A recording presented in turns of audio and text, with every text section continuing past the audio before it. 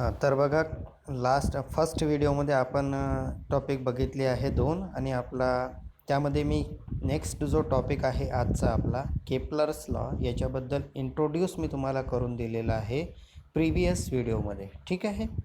तर या आधीचे टॉपिक प्रिव्हियस व्हिडिओमध्ये आहे ते तुम्ही आधी बघून घ्या. ठीक आहे.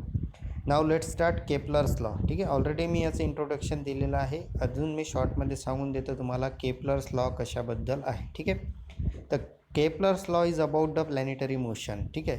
केपलर्स या सायंटिस्टने काही लॉज दिले. कशाबद्दल दिले? तर प्लॅनेटरी मोशनबद्दल दिले. मीन्स प्लॅनेट हे सनच्या अवतीभोवती फिरतात. ठीक आहे. तर ते पर्टिक्युलर लॉ म्हणजे पर्टिक्युलर रूल्स फॉलो करतात. ते कशीही फिरत नाही असं त्याचं म्हणणं होतं. ठीक आहे. की त्यानं काय म्हटलं की प्लॅनेट जे मोशन करतात, प्लॅनेट जे सनच्या अवतीभोवती फिरतात, तर ते पर्टिक्युलर रूल्स किंवा लॉ फॉलो करतात. ठीक आहे. कशीही ते फिरत नाही आणि याच्याशी रिलेटेड त्यानं 3 लॉज दिले आणि त्यालाच म्हणतात केपलर्स लॉ. ठीक आहे. त्याच्यातला पहिला लॉ पण मी तुम्हाला सांगितलेला आहे. ठीक आहे. तो शॉर्टमध्ये रिवाईज करून देतो. फर्स्ट लॉ की केपलरने काय म्हटलं की फर्स्ट लॉमध्ये की प्लॅनेट सनच्या अवतीभोवती फिरतात. Planets are revolving around the sun. ठीक आहे. पण ते कसे फिरतात सनच्या अवतीभोवती? तर इलिप्स शेपमध्ये. त्यांचा शेप कसा असतो? इलिप्स. म्हणजे शेप नाही, त्यांचा ऑर्बिट कसा असतो? इलिप्स असतो. ते इलिप्टिकल ऑर्बिटमध्ये फिरतात. बघा, हा सन आहे आणि हा प्लॅनेट आहे. तर याचा जो ऑर्बिट आहे, ऑर्बिट म्हणजे आपल्या सोप्या भाषेत आपला रोड किंवा पाथ. तर हा जो पाथ आहे बघा कसा इलिप्त आहे हा. ठीक आहे. म्हणजेच the orbit of a planet is an ellipse. तर प्लॅनेट कसे फिरून राहिले सनच्या अवतीभोवती? तर इलिप्टिकल ऑर्बिटमध्ये फिरून राहिले. त्यांचं ऑर्बिट कसं आहे? इलिप्त आहे. ते सर्क्युलर फिरत नाही सनच्या अवतीभोवती, ते रेक्टँग्युलर मोशनमध्ये फिरत नाही सनच्या अवतीभोवती, ते ट्रँगल मोशनमध्ये फिरत नाही सनच्या अवतीभोवती, तर they are revolving around the sun in elliptical path. ठीक आहे. ते इलिप्टिकल पाथमध्ये किंवा ते इलिप्टिकल ऑर्बिटमध्ये सनच्या अवतीभोवती फिरतात. तर हा शेप तुम्हाला जो दिसून राहिला बघा, हा पण शेप इलिप्सचा शेप आहे. हा मॅथमॅटिकमध्ये तुम्ही शिकले असेल. इलिप्स असा असतो आणि याला 2 फोसाय असतात. ठीक आहे. तर त्याच्यातला कोणताही एक फोसायला तुम्ही सन कन्सिडर करू शकता. आपण इथं कन्सिडर केला आहे आणि याच्या आजूबाजूला फिरणारे प्लॅनेट. ठीक आहे. तर हा जो शेप आहे तो इलिप्स शेप आहे. सर्क्युलर नाही, रेक्टँग्युलर नाही, ट्रँगल नाही. तर प्लॅनेटच्या अवतीभोवती सन फिरतात पण इलिप्स या ऑर्बिटमध्ये फिरतात. This is the first law of the Kepler's about the planetary motion. ठीक आहे. Now move towards the next law. तर नेक्स्ट लॉकडे आपण वळणार आहोत. केपलरचा सेकंड लॉ. बघा, हा पण लॉ इझीच आहे पण थोडंसं तुम्हाला समजून घ्यावं लागेल व्यवस्थित. ठीक आहे. सेकंड आणि थर्ड लॉला थोडं समजून घ्यावं लागते. बघा, आता मी तुम्हाला डायग्रामवरूनच व्यवस्थित दाखवतो. ठीक आहे. ही डायग्राम तर तुमच्या समोर आहेच, पण मी पण तुम्हाला एक डायग्राम काढून दाखवतो. ठीक आहे. पहिले लॉ समजून घ्या, नंतर आपण थेरीचे पॉईंट समजून घेणारच आहो ना. हा प्लॅनेट आहे सपोज, सॉरी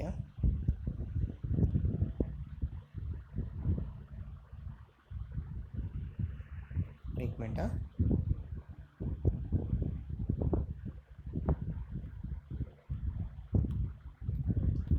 मला याला हॉरिझॉन्टल घ्यावं लागेल तेव्हा तुमच्या ते लवकर प्रॉपरली काय येईल लक्षात येईल. ठीक आहे. तर बघा सेकंड लॉ. तर हा इलिप्टिकल शेप आहे. ओके. इथं प्लॅनेट आहे आणि हा काय आहे? सन आहे. हा प्लॅनेट आहे. बघा, प्लॅनेट आणि सन यांच्या बिटवीन मी एक लाईन ड्रॉ करतो.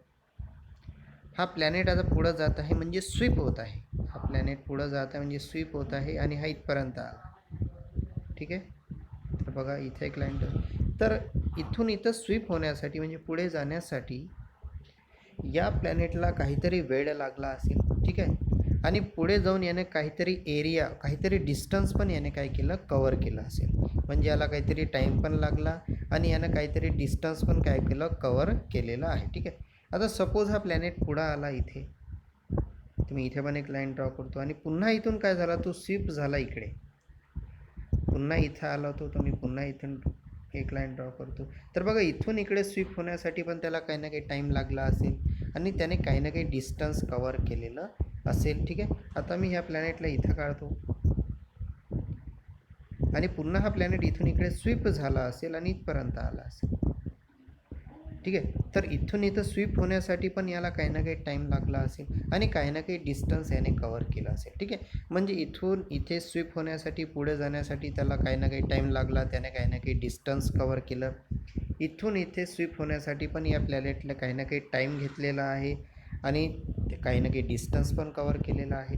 आता इथे प्लॅनेट होता तर इथून इथे पण जाण्यासाठी याने काही ना काही टाईम घेतलेला आहे आणि याने काही ना काही डिस्टन्स पण कवर घेतलेला आहे. तर प्रत्येक ठिकाणी लक्षात घ्या, इथं जेवढा टाईम त्याला लागला आहे सपोज टी, तर इथे पण तेवढाच टाईम त्याला लागतो आणि इथे पण तेवढाच टाईम त्याला लागेल. ठीक आहे. सपोज इथे याने एक्स डिस्टन्स कवर केलं असेल तर इथे पण त्याला एक्सच डिस्टन्स कवर केला आहे त्याने आणि इथे पण त्याने एक्सच डिस्टन्स कवर केला आहे. म्हणजे प्रत्येक वेळेस जेव्हा प्लॅनेट का होऊन राहिला, स्वीप करून राहिला, तर तो इक्वल एरिया कवर करत आहे. इक्वल एरिया, इथं जर एक्स एरिया त्यानं कवर केला तर इथं पण एक्स एरिया कवर केला, इथं पण एक्स एरिया. म्हणजे प्रत्येक ठिकाणी तो जो एरिया कवर करून राहिला तो सारखा आहे and equal interval of time पण प्रत्येक ठिकाणी सारखा लागून राहिला. म्हणजे इक्वल टाईम इंटरवलमध्ये तो इक्वल एरिया कवर करून राहिला. काय म्हणत आहो मी, जेव्हा प्लॅनेट स्वीप होत आहे तर तो इक्वल टाईम इंटरवलमध्ये इक्वल एरिया कवर करत आहे. इक्वल टाईम इंटरवल म्हणजे प्रत्येक ठिकाणी त्याला सारखा टाईम लागतो. जिथं जिथं तो स्वीप होऊन राहिला प्रत्येक ठिकाणी त्याला सारखाच टाईम लागून राहिला. इथं पण टी, इथं पण टी, इथं पण टी. तर इक्वल टाईम इंटरवल झालं हे. अँड इक्वल एरिया म्हणजे इथं जेवढा एरिया कवर केला इथं पण तेवढाच एरिया कवर करेल, इथं पण तेवढाच एरिया कवर करेल. This is called Kepler second law. याला केपलरचा सेकंड लॉ म्हणतात. ठीक आहे. तर लक्षात आलं असेल तुम्हाला केपलरचा सेकंड लॉ काय. इथं तेच म्हटलं आहे बघा, the line joining the planet and the sun. ही जी लाईन जॉईन करून राहिली प्लॅनेट आणि सनला, the line joining the planet and the sun sweeps. तो ही जी लाईन आहे ती स्वीप होते, म्हणजेच प्लॅनेट स्वीप होतो ना असं समोर. The sweep equal area in equal interval of time. ठीक आहे. तर इथं जेवढा एरिया लागेल इथं पण तेवढाच एरिया लागेल, इथं पण तेवढाच एरिया लागेल. इथं जेवढा टाईम लागला तेवढाच टाईम इथं लागला, तेवढाच टाईम इथं लागलेला आहे. यालाच म्हणतात केपलर सेकंड लॉ. ठीक आहे. इथं जी तुम्हाला डायग्राम दिलेली आहे आपल्या नोट्समध्ये बघा, इथं तेच म्हटलं आहे. फक्त इथं प्लॅनेटचे नाव दिले. ए पासून तो बी ठिकाणी स्वीप होऊन राहिला, सी पासून तो डीकडे स्वीप झालेला आहे आणि ई पासून तो एफकडे स्वीप झालेला आहे. इथं जेवढा त्याला टाईम लागला, सपोज इथं T1 टाईम लागला असेल तर इथं पण T1च टाईम लागला आणि इथं पण T1च टाईम लागला. म्हणजे इक्वल टाईम इंटरवल. प्रत्येक ठिकाणी प्लॅनेट स्वीप होत असताना इक्वल टाईम इंटरवल. आणि इथं जर त्याला समजा ए एरिया लागला असेल तर इथं पण त्यानं ए एरिया कवर केला आणि इथं पण त्यानं ए एरिया कवर केला. ठीक आहे. तर इक्वल टाईम इंटरवलमध्ये इक्वल एरिया करतो. असं नाही की इथे टाईम जेवढा लागला इथे त्याच्यापेक्षा जास्त टाईम त्याला लागला, इथे अजून कमी टाईम त्याला लागला, किंवा इथे जेवढा एरिया कवर केला याच्यापेक्षा कमी एरिया इकडे कवर केला आणि इथं जास्त एरिया कवर केला, असं होत नाही, असं केपलर्स म्हणतो. ठीक आहे. प्रत्येक ठिकाणी प्लॅनेट स्वीप होताना इक्वल एरिया कवर करतो, इक्वल टाईम इंटरवल कवर करतो. ठीक आहे. लक्षात आलं असेल. आता थोडी आपण याची थेरी बघून घेऊ. ठीक आहे. थेरीचे एक पॉईंट मी तुम्हाला सांगितलं आहे. नेक्स्ट पॉईंटमध्ये थेरीबद्दलच डिस्क्रिप्शन दिलेलं आहे. तर बघा, figure shows the A B and C D are distances covered by the planet in equal time, that is after the equal interval of time. तर या फिगरमध्ये बघा, जो ए बी तुम्हाला दिसून राहिला आणि सी डी दिसून राहिला, तो काय इंडिकेट करू राहिला की इक्वल एरिया कवर होत आहे, इक्वल टाईम त्याला लागून राहिलेला आहे. ठीक आहे. ब्लॅक शेडनं ते पण तुम्हाला दाखवून दिलेलं आहे तिथं. ठीक आहे. The position of the planet starting from A and C are shown by B and D respectively. तर ए पासून स्टार्ट होऊन राहिलेला आहे, बीपर्यंत जात आहे. सी पासून स्टार्ट झालेला आहे, डीपर्यंत जात आहे डायग्राममध्ये. ई पासून स्टार्ट झालेला आहे तर एफपर्यंत जात आहे. म्हणजे ए पासून बीकडे स्वीप झाला, सी कडून डीकडे स्वीप झाला प्लॅनेट, ई पासून एफकडे स्वीप झाला प्लॅनेट. ठीक आहे. नंतर the straight line A S and C S. आता ए एस आणि सी एस बघा, स्ट्रेट लाईन तुम्हाला दिसून राहिल्या. ही ए एस म्हणजे प्लॅनेट आणि सनला जोडणारी, सी एस प्लॅनेट आणि सनला जोडणारी, किंवा तुम्ही ही पण ई एससुद्धा कन्सिडर करू शकता, प्लॅनेट आणि सनला जोडणारी लाईन. ठीक आहे. तर यांना म्हटलं आहे की the straight line A S and C S sweep equal area in equal interval of time. तीच लाईन काय जाते, पुढं जाते. ठीक आहे. तीच लाईन म्हणजे एस ए लाईन पुढं जाते. ठीक आहे. म्हणजे म्हणण्याचा अर्थ काय आहे की ही जी लाईन आहे यस ए पुढं जाते आणि याला बी ले मिळते, तर यस ए बी इथं तयार होऊन जातो. तर ही जी सी यस लाईन आहे ही पुढं जाते आणि डीला मिळते, म्हणून डी यस सी इथं तयार होऊन जातो. ठीक आहे, लक्षात.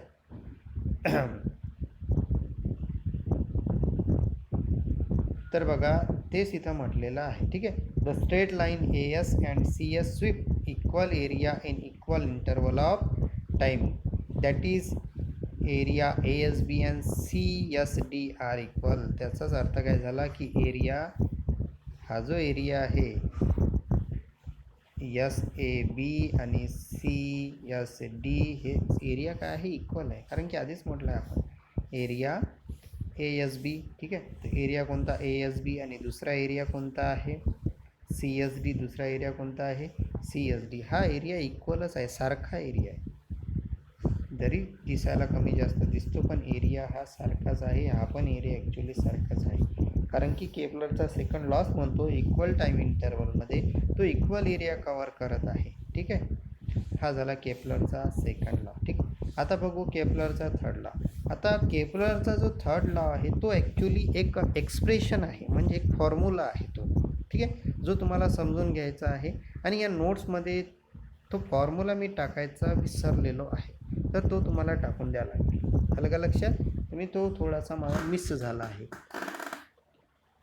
तर लक्ष द्या, आता केपलरचा थर्ड लॉ काय म्हणतो. ठीक आहे, काय आहे केपलरच्या थर्ड लॉमध्ये? इझी आहे, थोडंसं समजून घ्यावं लागेल तुम्हाला. ठीक आहे, बघा मी डायग्राम काढून देतो आधी, तीच पुन्हा डायग्राम काढण्याची आवश्यकता तर मी ऑलरेडी इथं ही डायग्राम तुम्हाला दिलेली आहे. तर बघा, हा आहे आपला इलिप्स, हा आहे सन आणि हा आहे प्लॅनेट. ओके, तर बघा थर्ड लॉ काय म्हणतो, Kepler's third law, the square of its period. मी तुम्हाला आधी समजून देतो. बघा, हा आहे प्लॅनेट. हा प्लॅनेट असा रिव्हॉल्युशन परफॉर्म करून राहिला, म्हणजे सनच्या अवतीभोवती फिरून राहिला हा प्लॅनेट. हा आहे सन. तर हा जो प्लॅनेट सनच्या अवतीभोवती रिव्हॉल्युशन परफॉर्म करतो, तर याला काही ना काही टाईम पिरियड असतो. टाईम पिरियड म्हणजे त्याला लागणारा टाईम, त्याला काही ना काही तर टाईम लागतच असेल ना. जर तो सनच्या अवतीभोवती फिरून राहिला तर तो टाईम आपण इंडिकेट करतो कॅपिटल टीने, म्हणजेच टाईम पिरियड. ठीक आहे, सनच्या अवतीभोवती जर हा प्लॅनेट रिव्हॉल्युशन परफॉर्म करत आहे, फिरत आहे, तर त्याला काही ना काही टाईम लागेल, तर तो टाईम झाला कॅपिटल टी. ओके, आणि प्लॅनेट आणि या सनच्या मधातलं हे जे डिस्टन्स आहे याला ॲव्हरेज किंवा मीन डिस्टन्स म्हणतात. ठीक आहे, याला आपण इंडिकेट करू स्मॉल आर. ठीक आहे, तर प्लॅनेट आणि सनच्या मधातलं mean distance, average distance means R. आणि प्लॅनेट जो सनच्या अवतीभोवती फिरत आहे, रिव्हॉल्युशन परफॉर्म करत आहे, ते आपण इंडिकेट करून राहिलो कॅपिटल टीने. ठीक आहे, तर टी आणि कॅपिटल आर. तर हा जो पिरियड ऑफ रिव्हॉल्युशन आहे म्हणजे कॅपिटल टी, हा जो पिरियड ऑफ रिव्हॉल्युशन आहे म्हणजे प्लॅनेट जो सनच्या अवतीभोवती फिरत आहे त्याला जो टाईम लागून राहिला कॅपिटल टी, याचा स्क्वेअर डायरेक्टली प्रपोर्शनल आहे. डायरेक्टली प्रपोर्शनल आहे कशाला? तर हा जो आर आहे, आर म्हणजेच सन आणि प्लॅनेटच्या मधातलं जे मीन किंवा ॲव्हरेज डिस्टन्स आहे याच्या क्यूबला डायरेक्टली प्रपोर्शनल आहे. ठीक आहे, काय म्हटलं मी, हा जो प्लॅनेट सनच्या अवतीभोवती फिरत आहे तर याला काही ना काही टाईम पिरियड लागून राहिला ना, तर त्या टाईम पिरियडला म्हणतो आपण कॅपिटल टी, आणि त्याचा स्क्वेअर करायचा is a directly proportional to कोणाला, तर सन आणि प्लॅनेटच्या मधातलं जे ॲव्हरेज मीन डिस्टन्स आहे त्याच्या क्यूबला डायरेक्टली प्रपोर्शनल आहे. आणि हा आहे केपलरचा third law. This is called a Kepler third law. ठीक आहे, आला असेल लक्षात. एक फॉर्म्युला आहे, फक्त इथे मी थर्ड पॉईंट घेऊन, इथे थर्ड पॉईंट घेऊन मी तो फॉर्म्युला इथं लिहायला पाहिजे होता, मी मिस झालो आहे. असं इथं तुम्ही लिहून घ्या, किंवा तुम्ही जर ही नोट्स लिहून घेत असाल तर तिथं असं करून टाका, T square is directly proportional to R cube, आणि याला तिसरा पॉईंट देऊन द्या इथं. तर हा फॉर्म्युला इथं हाच महत्त्वाचा आहे या केपलर्स थर्ड लॉमध्ये. हा पहिला पॉईंट झाला, सेकंड पॉईंट झाला, आणि हा फॉर्म्युला थर्ड पॉईंट झाला. ठीक आहे, तर हे लिहून घ्या तुम्ही, हे मी इथं लिहायचं राहिलेलं आहे. ठीक आहे, आता थेरी समजून देतो बघा. द स्क्वेअर ऑफ इट्स पुन्हा थेरी समजून देण्यासाठी मला तुमच्यासमोर डायग्राम काढावीच लागेल. हा प्लॅनेट आहे आणि हा सन आहे. ठीक आहे. तर बघा, the square of its period of revolution around the sun. The square म्हणते कशाचा? The square of its period of revolution म्हणजे पिरियड ऑफ रिव्हॉल्युशन म्हणजे टी, त्याचा स्क्वेअर. आता सांगितलं मी टी काय आहे. The square of its period of revolution around the sun is directly proportional to the sign to the cube. कशाचा cube? तर याचा cube the mean distance of the planet from the सन. या प्लॅनेटचं main distance या सनपासून, तर आपण याचं मीन आरने indicate करतो ना, तर आर क्यूब त्याच्या क्यूबला डायरेक्टली प्रोपोर्शनल आहे. लक्षात खाली बघा. Thus if R is the average distance of the planet. जर आर हा ॲव्हरेज डिस्टन्स असेल म्हणते प्लॅनेटचा फ्रॉम द सन. हा प्लॅनेट आहे आणि या सनपासून आर काय आहे, त्याचा ॲव्हरेज डिस्टन्स आहे. तर thus if r is the average distance of the planet from the sun and t is the period of revolution, आणि t काय असेल, याचा पिरियड ऑफ रिव्हॉल्युशन असेल. म्हणजे हा जो फिरून राहिला ती याला टी एवढा टाईम लागून राहिला ना, पिरियड ऑफ रिव्हॉल्युशन असेल. तर देन पुढं काय पाहिजे, हा फॉर्म्युला पाहिजे, हा लिहून टाकायचा. ठीक आहे. लक्षात. तर केपलरचे तीनही लॉ आपण बघितलेले आहे आणि काहीच हार्ड नाही आहे. It's a not difficult, it's a very easy thing, but you must have to focus and concentrate on this video. ठीक आहे. तुम्हाला व्हिडिओकडे लक्ष द्यावं लागेल. एक वेळा नाही लक्षात आलं तर डबल व्हिडिओ बघावं लागेल, पण वन टाईममध्ये लक्षात येतो. एवढे हे इझी टॉपिक्स आहे आणि त्या वेनं तुम्हाला ते समजून दिलेले आहे. ठीक आहे. चला नेक्स्ट टॉपिककडे येऊ. हा पण exam point of view most important topic आहे, ज्याचं नाव आहे Newton universal law of gravitation. Most important. याला पण तुम्ही 3 स्टार देऊ शकता या टॉपिकला. ठीक आहे. आणि त्याच्याशी रिलेटेड क्वेश्चन पण मी वरती टाकलेलं आहे की क्वेश्चन त्याच्यावर कसे येऊ शकतात. तर state the Newton's universal law of gravitation असा क्वेश्चन येऊ शकतो, किंवा state the importance of the universal law of gravitation. ठीक आहे. तर हा टॉपिक तुम्हाला चांगल्या प्रकारे करून घ्यायचा आहे, मग याच्यावर कसाही क्वेश्चन येऊ. ठीक आहे. तर बघा, आता समजून घेऊ आपण न्यूटनचा युनिव्हर्सल लॉ ऑफ ग्रॅव्हिटेशन काय आहे. आणि खूप फेमस आहे हा Newton universal law of gravitation. आणि या टॉपिकमध्ये एक फॉर्म्युला, एक एक्सप्रेशन तुम्हाला येईल. ते एक्सप्रेशन, तो फॉर्म्युला खूप फेमस फॉर्म्युला आहे, न्यूटनने दिलेला आहे. ठीक आहे. तर चला पॉईंटसोबत आपण न्यूटनचा युनिव्हर्सल लॉ ऑफ ग्रॅव्हिटेशन समजून घेऊ, जो खूपच फेमस आहे. ठीक आहे. बघा काय आहे. पहिला point, according to Newton theory. न्यूटनने जी थेरी दिली त्याच्यानुसार every object in the universe, या युनिवर्समध्ये फक्त प्लॅनेटवर नाही तर या पूर्ण युनिवर्समध्ये every object in the universe attract. ठीक आहे.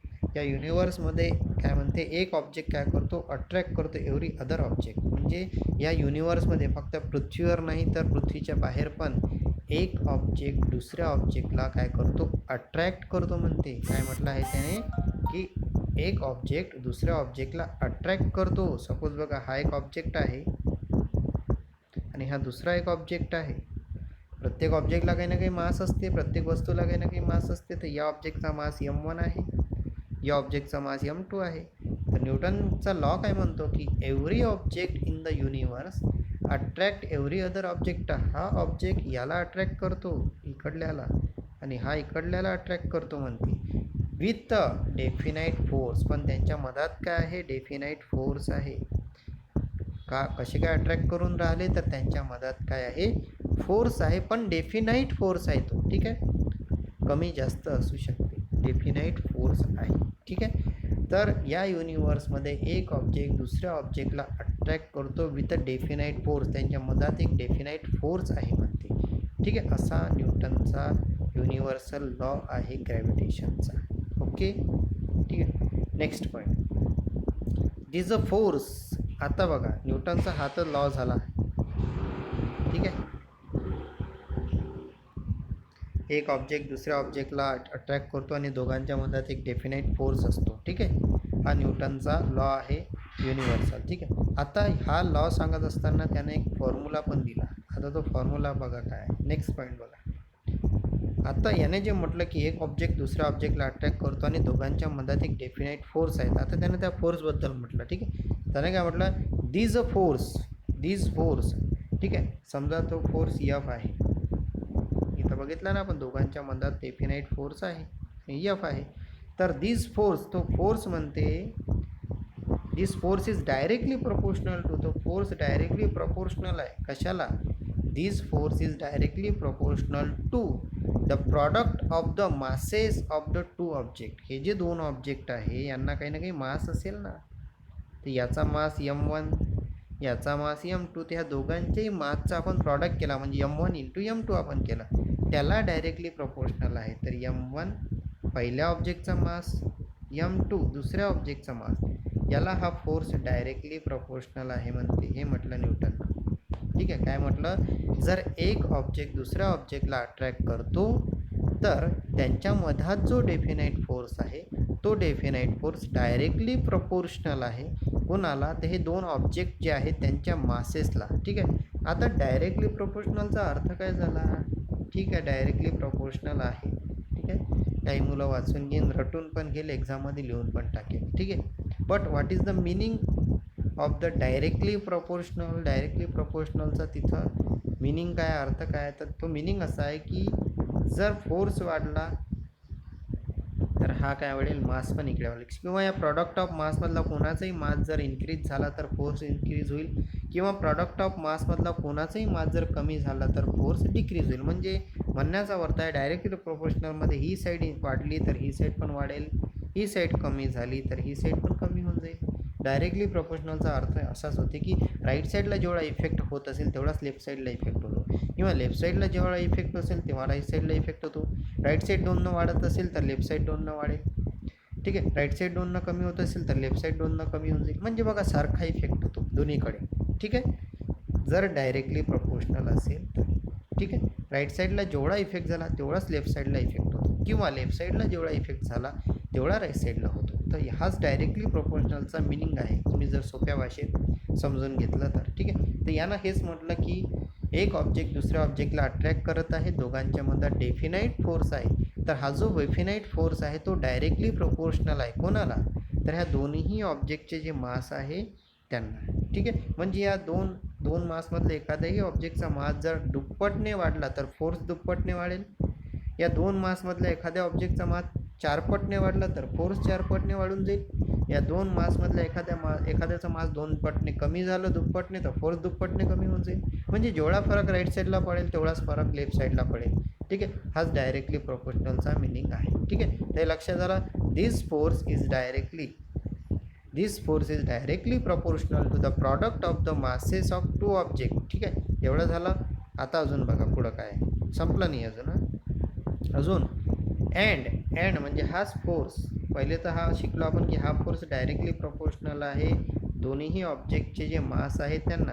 पुढं काय म्हणते तो, and is inversely proportional to, म्हणजे हा फोर्स इन्व्हर्सली प्रोपोर्शनल आहे. इन्व्हर्सली प्रोपोर्शनल म्हणजे 1 काहीतरी येईल.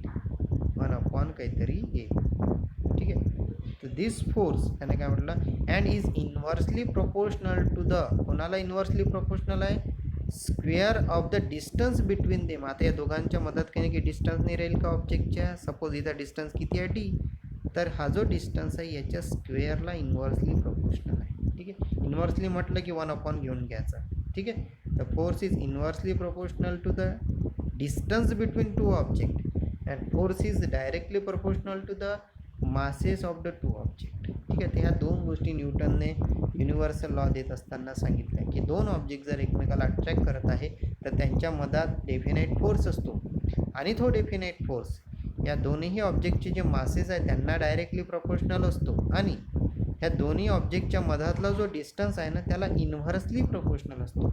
आता इन्व्हर्सली प्रोपोर्शनलचा अर्थ काय, डायरेक्टलीचा तर समजला आम्हाला, तर इन्व्हर्सलीचा अर्थ काय आहे की जर बघा लेफ्ट साईड जर इन्क्रीज होत असेल तर राईट साईड डिक्रीज होऊन जाईल, म्हणजे उलटा इफेक्ट.